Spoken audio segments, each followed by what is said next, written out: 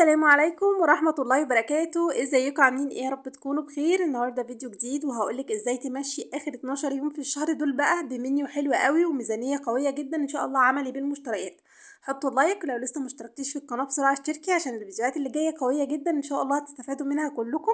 وتعالوا نقول بسم الله ونصلي على الرسول كتير عشان كلنا ناخد حسنات ونبدأ بالمشتريات بتاعتنا. اول حاجة انا نزلت طبعا باقل من 500 جنيه اشتريت كل حاجة وكمان شاملة لحوم، وكل يوم هاكل لحوم. اشتريت اول حاجه ربع كيلو كبده ب 45 جنيه، واشتريت كمان نص كيلو سجق بلدي سعره 75 جنيه، واشتريت كمان ربع كيلو لحمه مفرومه وسعرها 60 جنيه، وكمان اشتريت ب50 جنيه بانيه. وطبعا انا عايزه اقول لكم ان اي حاجه انتوا عادي ممكن تشتروها مش بالموازين، بتشتروها بالفلوس يعني.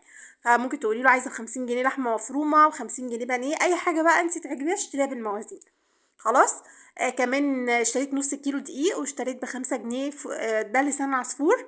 وكمان اشتريت ده 15 جنيه لوبيا بيضة او اسمها فاصوليا بيضة. الفاصوليا البيضة دي انا ما بحبهاش بصراحة، بس جوزي هو اللي بيحبها فاشتريت ب15 جنيه هعمله له على مرتين. خلاص. واشتريت كمان، اللهم صل على سيدنا محمد، ايه تعالوا كده نشوف اللي بعد كده. اشتريت فول، ده فول مدشوش هنعمله مع بعض، وده ب15 جنيه فول مدشوش. انا بالنسبه لي ال15 جنيه دول بعد التدميس هيكفوني ال12 يوم المتبقيين لاني ما بناكلش فول كتير. وكمان كان ناقصني شويه توابل، اشتريت ب5 جنيه من كل حاجه بقى، فلفل اسود كمون شطه. وبقيه التوابل الحمد لله انا موجوده عندي اصلا. كمان اشتريت نص كيلو رز على ربعين، والناس اللي متابعاني من القناه القديمه عارفه ان انا بشتري كل حاجه بالربع كيلو لان احنا فردين بس. واشتريت كمان ربع كيلو شعريه. وعايزه اقول لكم ان المنيو هتشوفوه في اخر الفيديو ان شاء الله هتستفادوا منه جدا. كمان اشتريت ب10 جنيه عدس اصفر عشان الفول، وعشان في يوم همشيه كده رز بالعدس الاصفر اللي هو الكشري الاسكندراني، بيبقى حلو جدا واقتصادي، وفي نفس الوقت ممكن يبقى وجبه كامله متكامله من غير اي حاجه خالص. يعني ممكن تعملي جنبه شويه بطاطس محمره وعندك تبقى ايه، الدنيا مظبوطه وزي الفل، واكله اقتصاديه وانصحك بيها قوي. تعالوا كده بقى نشوف الخضار. اشتريت كمان بتنجان، دول 2 كيلو بتنجان اللي هو بتاع المحشي. اشتريته مشكل بقى ابيض واسود واللي هو البنفسجي ده على بعض. الكيلو كان عامل 10 جنيه. واشتريت كمان ربع كيلو جزر عشان لو عملت مثلا اي حاجة، يعني بصراحة هو كان قدامي فقلت ايه اشتري بربع كيلو مش هيخسر يعني. كمان اشتريت 2 كيلو، لا دول 3 كيلو طماطم. الكيلو عامل 8 جنيه. خلاص. وكنت شارية نص كيلو ملوخية، بس ايه الحمد لله عملته فمش هيتحسب معانا في الميزانية دي. خلاص.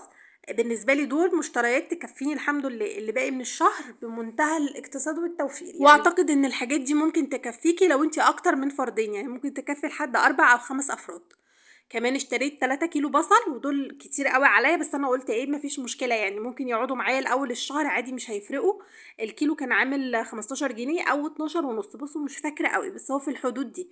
وطبعا انا من الناس اللي بتحب البصل كتير دايما في الاكلات كلها، كان لازم اجيب بصل زيادة. واشتريت كيلو ونص بطاطس، الكيلو ب10 جنيه، وانا كان عندي بطاطس تانية بحوالي 2 كيلو او كيلو ونص، فقلت دول بالنسبة لي هيكفوني لحد اول الشهر حلوين جدا. وعايزة اقول لكم ان الحاجات اللي انتوا شايفينها دي انا بكمل على الحاجات الموجودة عندي في البيت. خلاص. فانتي ان شاء الله لو انتي من الناس اللي بتخلصي ميزانيتك هتستفادي جدا. تعالوا كده نشوف المنيو مع بعض. طبعا بقى زي ما انتوا شفتوا كده دي الحاجات اللي المفروض انا هنظم بيها البيت ال15 يوم او ال12 يوم المتبقيين. طبعا دلوقتي هقول لكم على المنيو بتاعي. المنيو بتاعي هيكون عبارة عن ايه؟ المنيو بتاعي هيكون عندي، بصوا، تقريبا هيكون عندي من ال 12 يوم المتبقيين دول هيبقى عندي 12 10 اكلات، او خلينا نقول 8 اكلات. بصوا، 2 اكلتين من البانيه، هعمل اكلتين من اللي هو ب50 جنيه بانيه ده، هعمل منه يوم ستريبس ويوم هعمل منه البانيه العادي او ممكن اعمل شاورما. خلاص. يبقى كده يومين ب50 جنيه، يبقى اليوم واقف عليا بكام؟ اليوم هيبقى واقف عليا ب25 جنيه.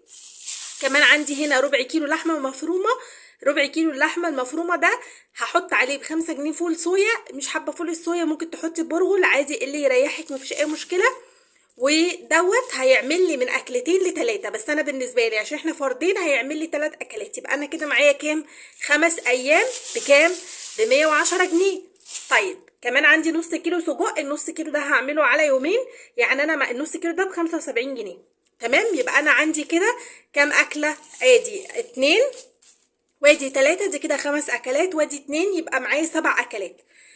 وادي كمان معايا ربع كيلو كبده ديت هعملها برضو على مره او مرتين، لان انا مش من هواة الكبده، جوزي بس اللي بيحبها، فممكن اعمل له الربع كيلو ده على مرتين. يعني بقى معايا 10 ايام لحوم، والمتبقي في الشهر 12 يوم.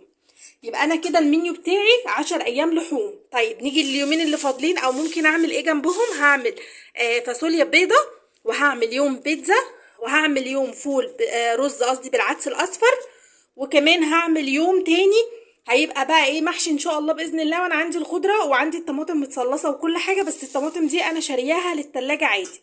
خلاص. يبقى انا كده بصوا نوعت على قد ما اقدر. وطبعا عندي بطاطس، ممكن اعمل صينيه بطاطس ورز عادي برضو تمشي معايا في يوم، جنب مثلا حتتين بانيه ولا حاجه، او ممكن اعمله صينيه بطاطس بالكفته هتبقى معايا زي الفل وجميله. خلاص. وكمان عايزه اقول لك برضو ان انت تقدري بقى تغيري. يعني انا ممكن بصوا عندي طبعا شويه حاجات في الفريزر، زي مثلا كيس ورق عنب او كيس كرنب، اي حاجه اللي هو الحاجات اللي بتبقى متفرزه ومحطوطه في الفريزر. لو تابعتوني من القناه القديمه هتلاقوا ان انا قلت لكم دايما الحاجات دي بتنفعك، اللي هي طوارئ الفريزر دي هتنفعك. ولسه في فيديو كامل هينزل لك عن طوارئ الفريزر، هتستفادي جدا جدا من الفيديو ده. يا رب الفيديو يكون عجبكم، واستنوا مني افكار كتير حلوه جدا هتعجبكم جدا وهتستفادوا منها. اشوفكم الفيديو الجاي، وما تنسوش اللايك والاشتراك في القناه، وصلوا على النبي كتير، والسلام عليكم ورحمه الله وبركاته.